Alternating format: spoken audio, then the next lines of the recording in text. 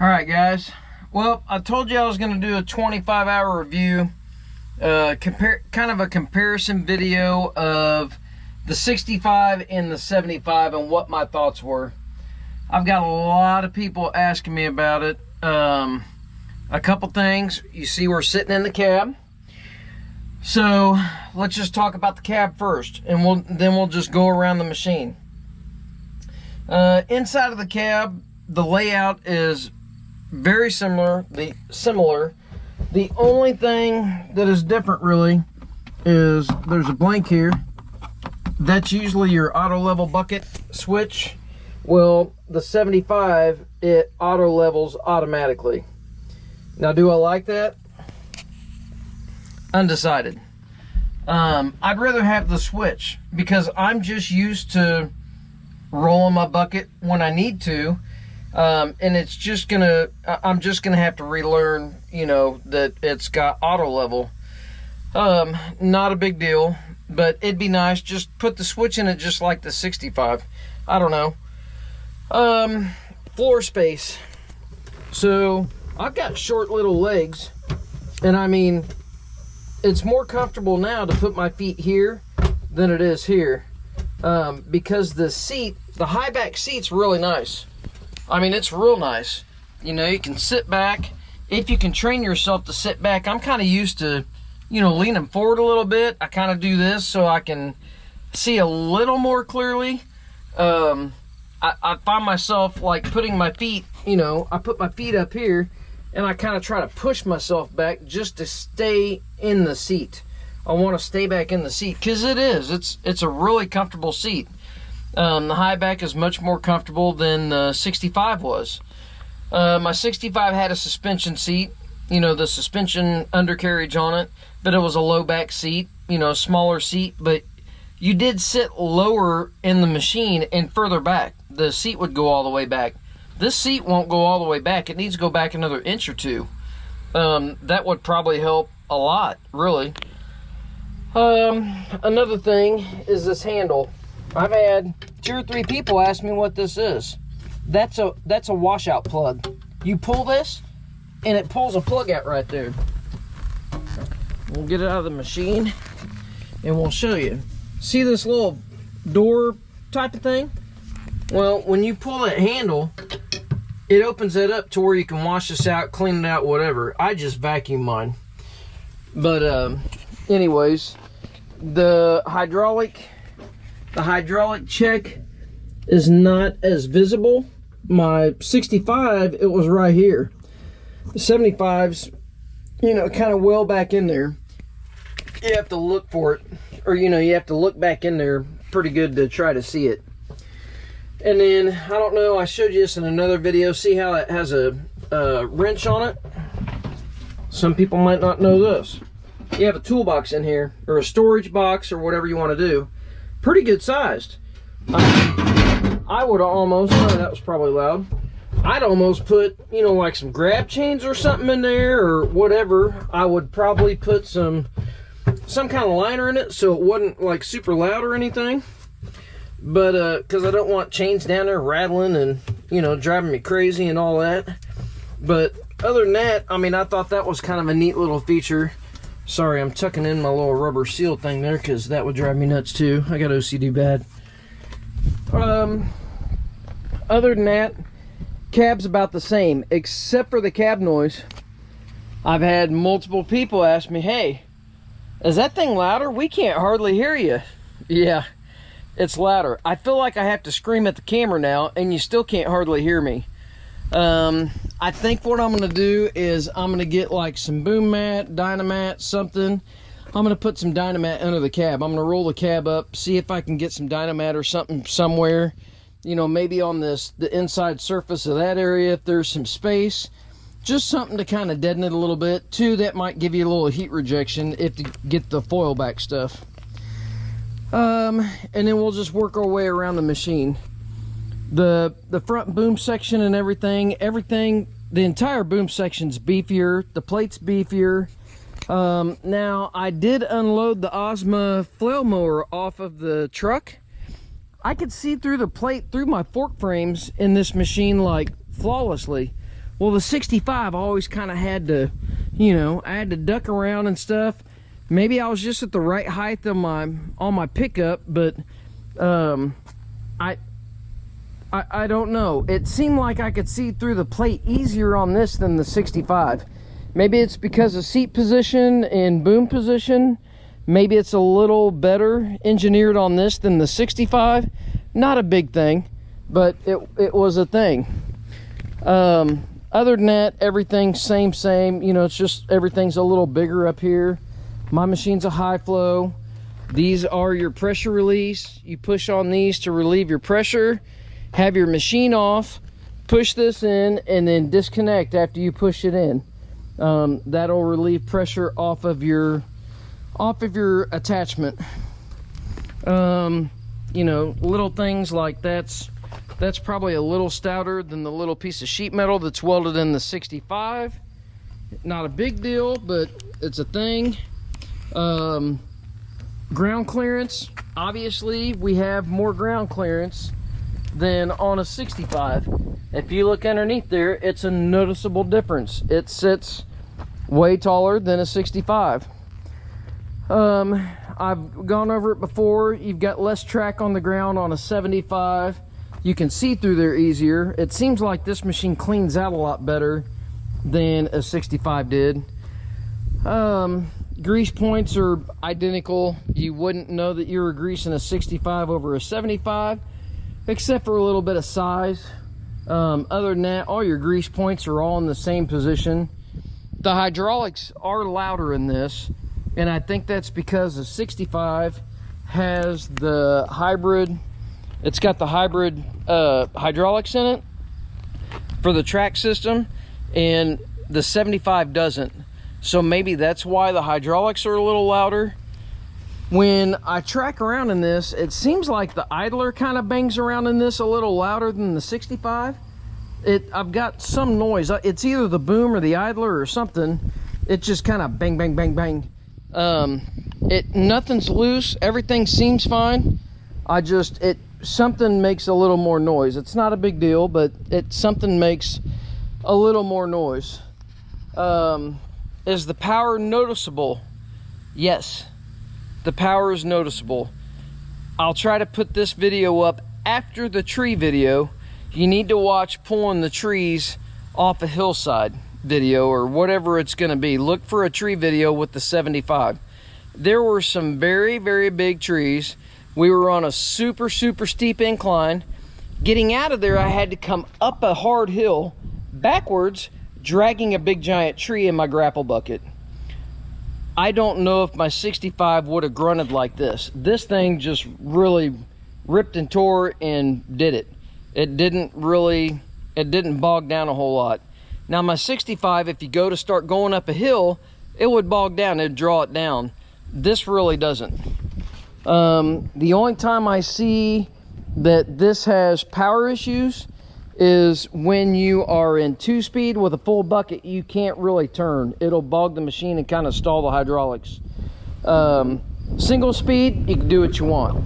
2-speed, and I know 2-speed is only for travel, but I was moving a bunch of rock on a job site with this, and it would have been nice to be able to 2-speed around, and I had to hit single speed every time I came up to the pile to turn. A little beefier booms. I mean, even like this is closed off. You can't see your grease fittings and stuff. Seemed like my 65 was here. To me, that's just a little stronger, getting a little more strength in the boom and stuff like that. Like I said, just little things, nothing big. I think the AC condenser's a little bit bigger. It looks like it's a little bit bigger when you look underneath. The emblem's different, not that that really matters, so I would say it's almost a different door because this reveal here is smaller on the 65. I don't know why that is. You would think they just use the same back door, but they don't. Cylinders, if you look at the cylinders on a 65, I looked at them when I had both of them side by side. These are just a little stouter. They look about the same size, but it looks like the construction is better. And maybe these are just a newer style cylinder and the old ones are the old style cylinder. I don't know, but these have the welded cast fittings on them on on the cylinders, and it seemed like the cylinders on the 65 were just a little bit lighter weight. Other than that, that's really it, guys. I mean, I know, so this machine does, it brush hogs a lot better. It'll brush hog a lot cleaner material, or it brush hogs the material cleaner. So I mowed, the first time I went out and mowed with it, I think I've got that video up. If not, I'll have the video up. It does mow cleaner, and I don't know if that's because of the extra horsepower, or if we're just dealing with a little more flow, or what, or a little bit of both. It might be a little bit of both. But I definitely like the machine. I don't know. I don't know if I could tell you guys to go buy a 75 over a 65. It really depends on what you're doing. Now, if you're brush hogging the stuff I do, if you're pushing big piles of dirt, like dump truck loads of dirt every day, all the time, absolutely, I'd tell you go get a 75.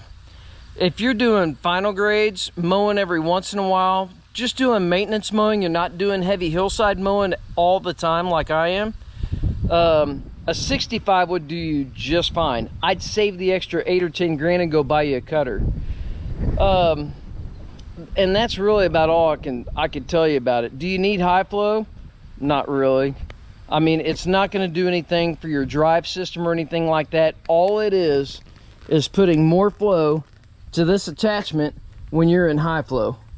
That's the only thing you're doing. Some guys think a high flow machine, the machine runs better. It has nothing to do with the machine. It's all just right here. It puts more flow to your coupler.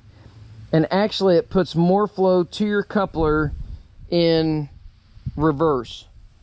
Or I mean in forward. It does not do it in reverse. At least that's what I'm told by Kubota, by the Kubota tech. You only have high flow going forward, which is this control. This is forward, this is reverse. So going this direction is when you have high flow. Other than that, I've had, I don't know, I've had a couple people say these are backwards.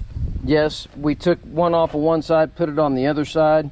I think your leading edge here is supposed to be going forward. It's supposed to give you a little more traction. I didn't care. I kind of wanted to see if I noticed a difference. And normally I need more bite and more traction in reverse because I'm going down a steep hill and I may have to back up. I'd rather have a little more traction in reverse. So if somebody knows anything about these tracks, yes, I believe this leading edge is supposed to face forward. You can actually see the arrows going this way that are cast, or that's molded into the track. Those are supposed to go that direction. I put them on this way to try to get more traction in reverse if needed. I don't really think it's going to matter on them, to be honest with you. I think that you get plenty of traction with this style track. I just thought in my head, let's try to put this in reverse, because if it does give any better traction, I may need more traction in reverse. So if somebody sees that and wants to say, hey dummy, you messed up your track, I kind of did it intentionally. Other than that, I don't see huge difference in it. There's not huge differences at all. The 65 did really good. It made really good power. For, you know, the size of machine it was. Yes, it wasn't this machine. There's noticeable differences in power. But do you need it? Probably not. If you want to go buy a 75 and spend the extra 8 or 10 grand, I wouldn't hate you for it at all. The 65 was definitely quieter. If I was doing final grades all day long and I was just mowing every once in a while, or running a auger or running a trencher or something, well, now a trencher might be a different story, but a cutter, there's small noticeable differences with running my brush cat on this over the 65. It's not horrible. I think this will get me a little better production, but I usually have to rock and roll. I'm mowing a lot. My skid loader is a tool carrier, is really what it does. I do some final grades, I've got a couple builders that, well, I've got one builder in particular that we are going to start doing his sewer and water line install. So this will be carrying gravel and stuff like that. May have to push off some big piles of dirt, whatnot. But other than that, this thing's a tool carrier. I might auger a couple things a couple times a year. It brush hogs a lot and it final grades. So that's what I do. The only reason that I thought to go with the 75 over the 65 is one property in particular. It's nothing but hillsides. Nothing but hillsides. And that's all I'm mowing is the steep areas. So that's why I decided to go to a 75. It's got a little more flow. I figured it'd help me a little bit with brush hogging. But other than that, that's really what made my decision going to the 75. So hopefully that helps a little bit, sheds a little bit of light on it. I know I had a lot of people wanting to see what I thought over the 75 and the 65. I think the hybrid drive system in the 65, that's the track system and the hydraulic system in it, I really do think that it helped it perform with the smaller horsepower over this machine. I say this machine, if it had the hybrid drive in it, it'd be quieter and it would probably be that much more productive. It would have that much more punch. I really wish they'd put the hybrid drive in this and it wouldn't have just the other style hydraulic system. I know the hybrid drive, I believe, is in the 95 also, and I'm sure the 97 has it. So that being said, Kubota, for some reason, if you find my video, put the hybrid drive in the 75. Just make it all same across the board. I don't particularly know why we put, you know, a smaller amount of track on the ground. We raised the wheel motor. I've been told that and I don't know if they really raised the wheel motor. I guess they did, because there's not a bigger gap in there. I mean, the geometries are all the same. It looks like the undercarriage is welded lower down on the frame, on the main frame. It is nice because I do have more room in here. The 65, it is pretty close, and it's kind of hard to get dirt out of the seam when you're mucking out a pond or in some muddy material and stuff. It is nicer having more room right here to get in there to get that cleaned out. Wide track, you're still pretty close. And wide track and narrow track machines are the same frame. They're all built the same. You can put a narrow track on this machine, and if you have a narrow track skid loader, you can put a wide track on it, because that's what the little 65 was. The 65 was a narrow track machine when it came in, and the dealer put these Camsos on. I just paid a small fee to have them switch them out, and they kept my factory tracks. Not every dealer does that. My dealer just happened to do that. But a lot of guys asked me where I got my Camsos. They came on my 65 from the dealer. So anyways, hopefully that puts some light on it for you guys. I hope it helps. I try to, you know, help people out when they have questions about cutters and machines. Had a lot of people asking about, you know, what I thought about each machine. So there you go. That's the new SVL75 for the Skidco channel. Again, Kubota didn't do anything for me. My dealer, they took care of me on price, but I didn't get any special deals. It was what it is. High flow machine, cab. I do have a video coming out about tinting the windows. I've got footage at least. I need to make the video, but this is all 20% ceramic tint on the sides. I did not tint all the way down. I had them tint a line across there, so I had some clear glass to get me some really good view of the front of the track in case I'm working at night. The back window is 20%. The front window is still clear. I was going to do it 35, and I think I'm going to wait because I'm going to put a forestry door in it just because, and when I do that, I'm going to put 35% on it. So there you go, guys. Tinted windows and the new 75 that you'll see from here on out until we decide to do something different. But hope you liked the video. As always, as always, I can't even speak today. I haven't had a lot of sleep. But as always, please like and subscribe. Hit that notification button. So in that way, when we get another video out, if you want to see a video on the Kubota or the Yanmar or tractor or whatever, you can check out what we get up there and you can see our new videos. So I appreciate you watching. You guys have a good day. We'll talk to you later.